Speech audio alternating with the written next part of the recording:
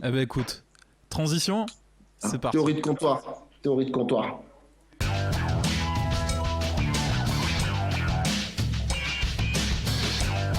Et alors que je t'ai perdu, mon Guillaume. T'es là, je t'entends plus. Oui, c'est jingle. Ah, jingle.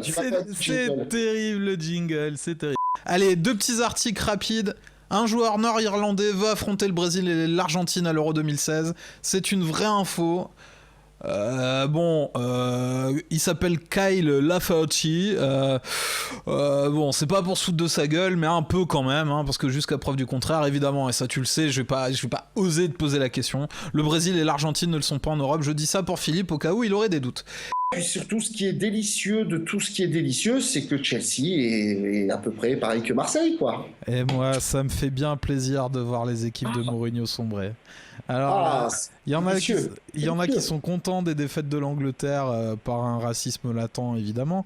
Mais alors moi, dès que c'est Mourinho... c'est la même chose. C'est aussi délicieux. C'est la même. Dès que c'est Mourinho, ça me fait plaisir. C'est quand même, faut se rappeler de ce fait de jeu important. C'est l'entraîneur qui a convaincu Samuel Eto'o au top de sa carrière de jouer arrière droit.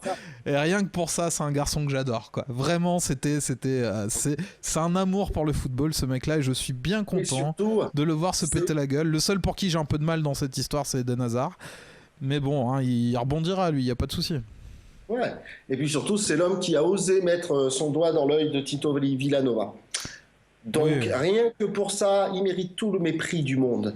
Peut-être qu'il est bon quand il gagne à faire ses discours un peu détournés, machin, bidule, à rejeter toute la faute du monde sur lui, je sais pas quoi. Quand il est 16e du classement et qu'il a le discours qu'il a en ce moment, par contre, là, il est pas drôle, il est rien du tout.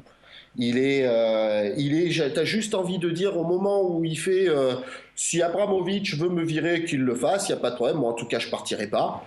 Voilà, et puis de toute façon, si Abramovich me vire, il virera juste le meilleur entraîneur de l'histoire de Chelsea. Voilà, tu vois, il ose te sortir un truc comme ça.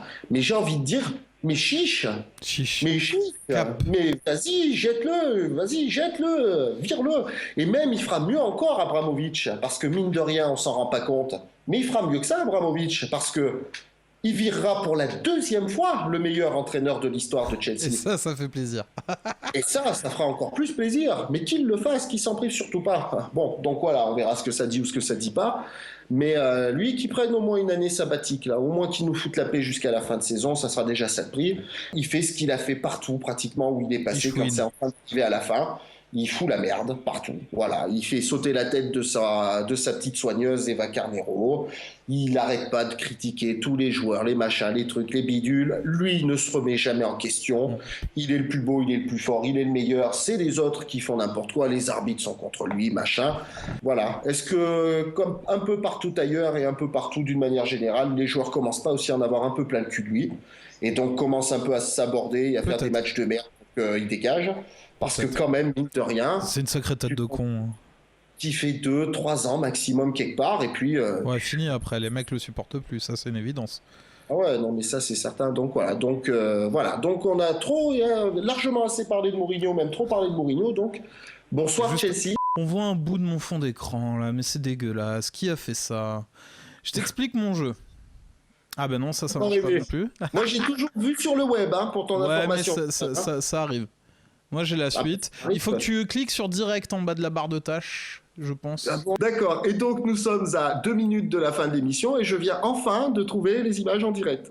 Donc... Je suis très fier de moi, je suis une burne en informatique. Je te jure, c'est une horreur. C'est une horreur de vivre dans un monde comme ça. Tu parlais de notre Pierre Bourduge tout à l'heure. Je suis sûr que Pierre, qui est d'une génération différente que la mienne, où on a quand même presque tout de suite, dès notre plus jeune âge, un peu tapé sur l'ordinateur. C'est vrai. Moi, je suis sûr qu'il est bien moins pire que moi avec un ordinateur, le Pierre. C'est une catastrophe. Mais bon. Heureusement que j'ai des gars comme toi pour me donner la main, mon Guillaume. Je trouve que c'est un système qui devrait même pas exister au football, moi, tu vois. Pour te donner une idée, c'est à peu près ça. 3-5-2 ? Ouais. Écoute, à FIFA 98, c'était le meilleur système, mon gars. C'est comme ça que tu gagnais la coupe. T'aurais joué en 4-4-2 en losange à cette époque-là, mon garçon. T'aurais vu la différence. Le 3-5-2 à FIFA 98, mon gars, c'était le meilleur système. Alors depuis, on n'y a jamais trouvé aucune utilité. Mais... Jurisprudence et mes jaquets. À l'époque. Pourtant, il me semble que le retour en force de la défense à 3... c'est une idée d'un certain Pep Guardiola, quelques Non. années, non? Non, il a pas tenté le 3-4-3 avec Barcelone. Il l'a pas Oui. fait jouer comme ça pendant 3-4 mois et il a arrêté parce qu'il s'est rendu compte que c'était une connerie. Mais T'as tout dit, Guillaume. Non, mais c'était pas une connerie. T'as tout dit. 3-4-3. Elle est grosse, la différence. ah ouais. Elle est grosse, la différence. Bien sûr. L'objectivité du journalisme, regardez, Ah, complètement, C'est l'objectivité là. du journaliste. c'est là. Le 3-4-3, ah mais c'est l'opposé. C'est juste l'opposé, Guillaume. Là, c'est pas le journaliste, ce n'est pas le supporter. C'est entre Ouais, guillemets. les gars, si vous vouliez parler de championnat espagnol, c'était avant, là c'est terminé, c'est C'est l'Angleterre. vrai. Attention, non, on parle pas de championnat espagnol, on parle de système, mon garçon. On Donc là, parlait, on parlait de Pep Guardiola. Donc autre chose à dire sur le Non, désolé, il n'y a pas autre chose à dire. Il y a technico-tactique, 5 secondes, c'est obligé. C'est l'antithèse. Le 3-5-2 et le 3-4-3, c'est juste l'inverse. Le 3-5-2, c'est la technique la plus défensive qui existe au monde. Après, Le c'est le 3-4-3, principe c'est de la défense à 3. offensive qui peut exister au monde. À partir de là, c'est juste l'antithèse. Je vais pas rentrer dans les détails, on n'a pas le temps, mais c'est juste l'antithèse. Ouais.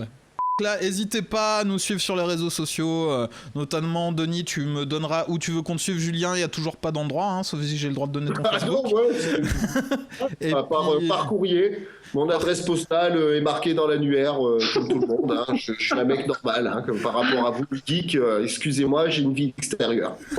Pardon. Toutes mes confuses.